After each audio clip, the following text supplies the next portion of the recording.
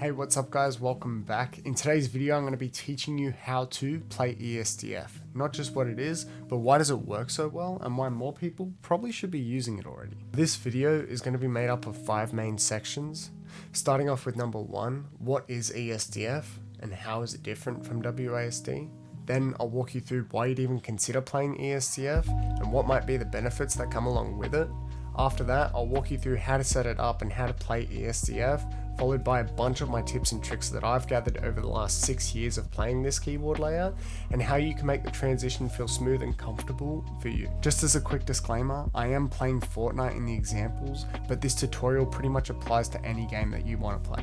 I've been playing ESDF on games like Fortnite, Apex, COD, Overwatch and Siege for the last 6 years, so trust me when I say, no matter what game you play, this video is going to help you maximize your movement, comfort and control while playing keyboard and mouse. Also, stick around for the end of the video where I'll explain exactly how playing ESDF over WASD can reduce fatigue, let you game more comfortably for longer, and most importantly, lower your risk of injury. With all that being said, let's get into the video. So what is ESDF?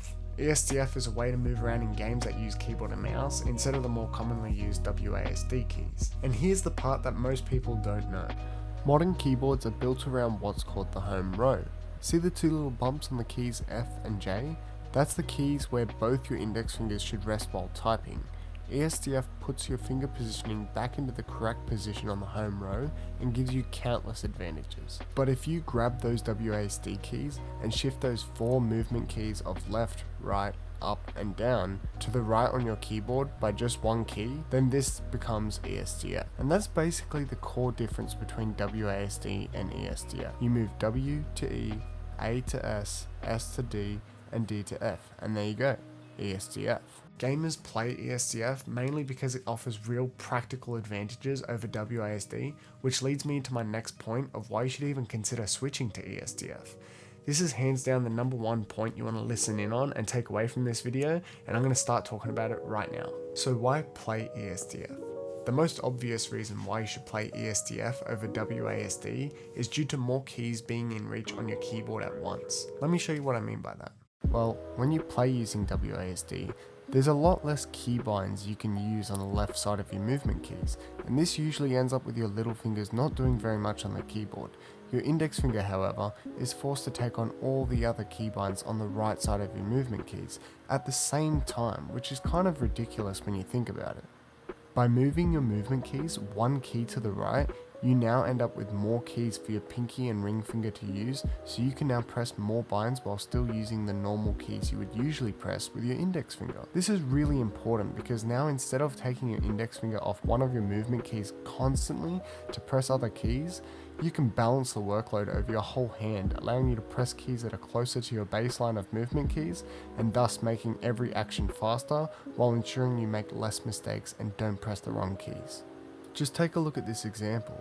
If I were to play on WASD, realistically the keys available to my ring finger would be 1, 2, tab, and Q, not including the caps lock. And your pinky finger would be even more limited with really only shift and control in easy to reach places, not including the Windows key. Using this layout means you're again limited by just your index finger and thumb to pull any extra weight, which means they constantly have to stretch over the keyboard to press a number of keys. Not only is pressing the keys far away from your movement keys a much slower process, but it can also cause hand cramps or repetitive strain injuries over a long time, say 3 years for example. Now don't shrug this off, this is an important thing to consider because as gamers we don't always take care of our health when playing games. Like how many years have you been playing games for?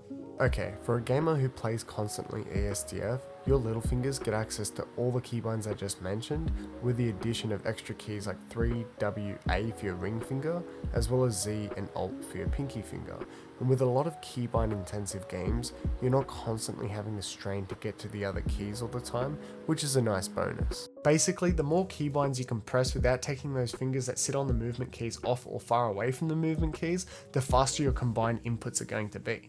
And you're going to end up making less mistakes and becoming a hell of a lot faster. This is especially important in fast-paced games like Fortnite, Apex or COD, so you can get the competitive edge on other players and use special abilities or gadgets sooner. It's also worth mentioning that F on your keyboard has a physical tactile bump on it, which makes it easy to find your movement keys in a big match. It's also the home row for typists, which is apparently how we should learn how to type on a keyboard.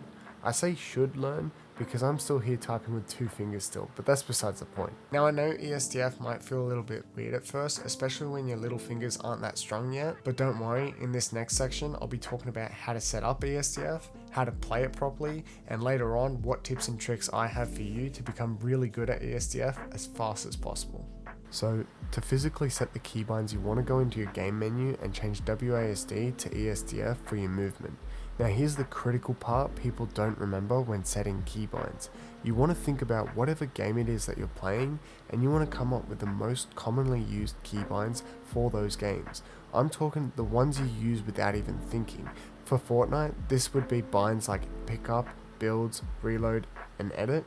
Or for Call of Duty, this might be reload, lethal, or tactical equipment, as well as heals or armor plates. For my use case, I use W for walls, shift for floors, and also A and Q for things like my AR or my heals. All things I commonly use or really like quick access to.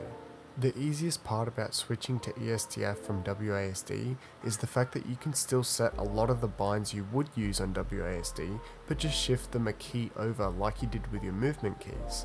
This way you can still have a better chance at winning fights because you can play with some new ESDF binds as well as some familiar WASD binds. Okay, so you want to play ESDF properly? The main way you do this is you grab all your other keybinds and you get them as close to your movement keys as possible. What this does is it minimizes the time travel that you have to do between each key from your movement keys, and if you do this one step with a little bit of practice, you're going to become that much better, you won't even know yourself.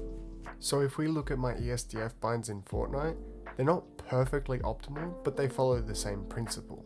All my important keybinds are either as close as possible to my movement keys to minimize travel time, or they're completely off my movement fingers altogether. Things like ramp, shotgun, pickup, pickaxe, and scroll wheel reset are on my mouse, floors and cones are on left shift and B using my pinky and thumb, and crouch and sprint are also handled by my pinky finger. But you can't move everything off your movement fingers. Your index finger is naturally stronger and faster than your pinky, so it still makes sense to use it for certain actions like reload on G, edit on T, and less important inventory slots on C and V.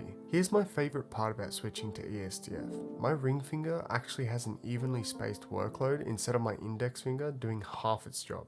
My ring finger handles W for wall, Q for heals, and A for assault rifle, all positioned right next to my movement keys, and anything that isn't critical in the middle of a fight gets pushed further out. My inventory is on tab, and things like ping, map, and sprint lock are on the number pad. The key principle here to take away is that there's fast access where it matters, and distance where it doesn't. Now what you'll find is a lot about playing ESDF well is more about how you initially set up the keybinds.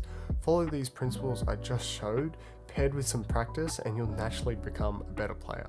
Okay, we've reached the tips and tricks. I'm going to keep this part nice and short by rapid firing some points at you real quick. So number 1, utilize the mouse buttons. The less you have to do on the keyboard, the better.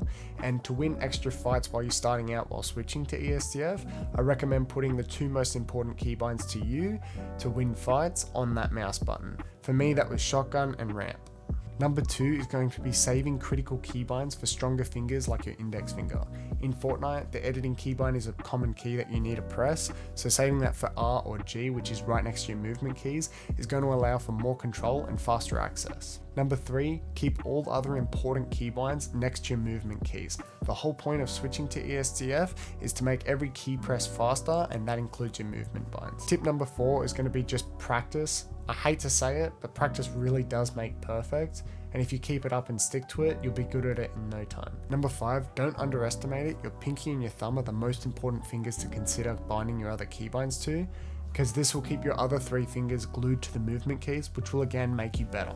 And number 6 is subscribe. Keeping all the tips I just talked about in mind is what's going to help make the transition feel quick and smooth for you. I'd also just like to mention that changing your keybinds isn't a one and done thing. Feel free to make adjustments that feel more comfortable for you. And finally, we're at the part you've been waiting for from the start. How come ESDF lowers fatigue and injury as well as allows you to play for longer? Like I was saying at the start of the video, you're not stretching your fingers all the way over the keyboard or cramming them into any awkward positions just to be able to press keys. You can now press the binds, which should be in more comfortable, easier to reach positions, which means less strain, less reach, less distance, and a more balanced, comfortable hand position. ESDF lowers fatigue because it minimizes any of those unnecessary movements. Your hand isn't working as hard to get to those same results as WASD. You're not crammed up on one side of the keyboard bending your wrist, you're making better use of the keyboard with a more flat, spread out and ergonomic layout. And more keybinds fall under the natural position of where your fingers fit. So this allows for a more relaxed hand position where you can rest your hand in between big games. It's great for recovery, great for reducing RSI, and great for longer gaming sessions. And that pretty much covers everything. I hope you took something away from this video. If you did, leave a comment down below. I'd be happy to answer any questions on ESDF anyone might have. Anyway, thank you so much for watching this far into the video. I really appreciate it, and I'll catch you in the next one.